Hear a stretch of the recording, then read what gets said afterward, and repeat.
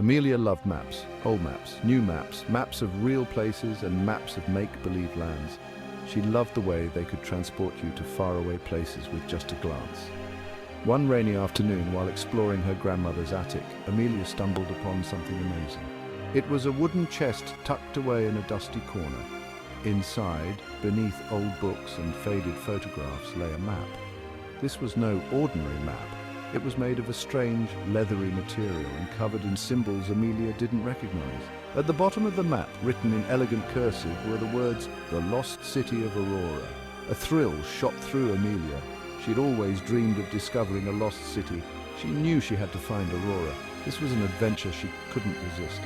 Amelia spent days studying the map, trying to decipher its secrets. The symbols remained a mystery, but she managed to make out the rough outline of a mountain range and a dense jungle. According to her grandmother's stories, they lived near the foothills of the Himalayas. Could Aurora be hidden somewhere in those mountains? Amelia packed her backpack with supplies, determination filling her heart. She was ready for the adventure of a lifetime. The next morning, armed with her map, a compass, and a heart full of excitement, Amelia set off. She told her grandmother she was going on a hike, not wanting to worry her. Little did her grandmother know, Amelia was embarking on a quest to find a legendary lost city. As Amelia walked, the familiar foothills of the Himalayas loomed larger with every step. Soon she was surrounded by towering trees and the sounds of the forest. The adventure had begun. The map led Amelia through dense forests and up steep mountain paths. The air grew thinner and colder as she climbed. She had to navigate slippery slopes and narrow ridges, her heart pounding with each step. At night, she huddled in her sleeping bag, listening to the wind howl through the peaks. One afternoon, Amelia found herself facing a raging river. It cut across her path, a churning torrent of icy water. The bridge marked on her map was long gone, washed away by time and the elements. Amelia knew she couldn't turn back. She had come too far. She took a deep breath, gathered her courage, and carefully made her way across the river, using rocks and fallen logs as stepping stones. As she climbed higher, Amelia encountered more than just natural obstacles. She found signs of other adventurers, or perhaps something more sinister. Footprints, too large to belong to any ordinary hiker, marked the muddy path. A campfire, cold and abandoned, hinted at someone else being in the area. Amelia pressed on, a knot of unease forming in her stomach. She was not alone in her quest for the lost city.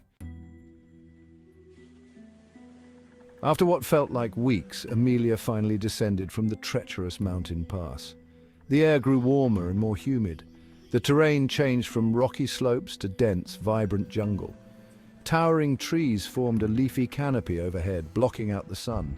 The map indicated that Aurora lay somewhere within this jungle, but the exact location remained a mystery.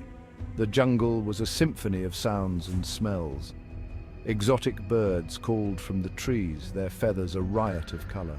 Monkeys chattered and swung through the branches, but danger lurked amidst the beauty. Amelia had to be constantly alert, avoiding poisonous plants and venomous snakes.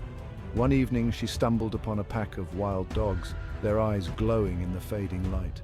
Amelia froze, her heart pounding in her chest. Slowly, she backed away, keeping her eyes on the snarling animals. Finally, they lost interest and melted back into the undergrowth. As she journeyed deeper into the jungle, Amelia noticed more signs of the other explorers.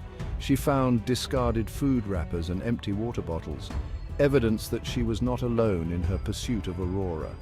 One afternoon, she even caught a glimpse of a group of men, their faces hidden behind bandanas, disappearing into the undergrowth. They were heavily armed and moved with a sense of purpose. Treasure hunters, Amelia realized, her heart sinking. She wasn't just racing against time and the elements to find the lost city. She was in a race against ruthless rivals. Amelia knew she had to reach Aurora before the treasure hunters. They would plunder its secrets and destroy its history without a second thought. She pushed herself harder, ignoring her aching muscles and the exhaustion that threatened to overwhelm her. The map led her deeper and deeper into the jungle, towards the heart of the unknown. One morning, Amelia stumbled upon a clearing, and there, rising out of the jungle floor, was a sight that made her heart skip a beat.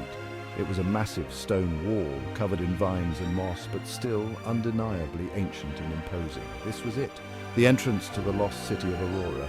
Amelia had found it, but as she approached the wall, a group of men emerged from the jungle behind her. They were the treasure hunters she had seen earlier, their faces grim, their hands resting on their weapons. They had been following her, waiting for their moment to strike. Amelia was trapped.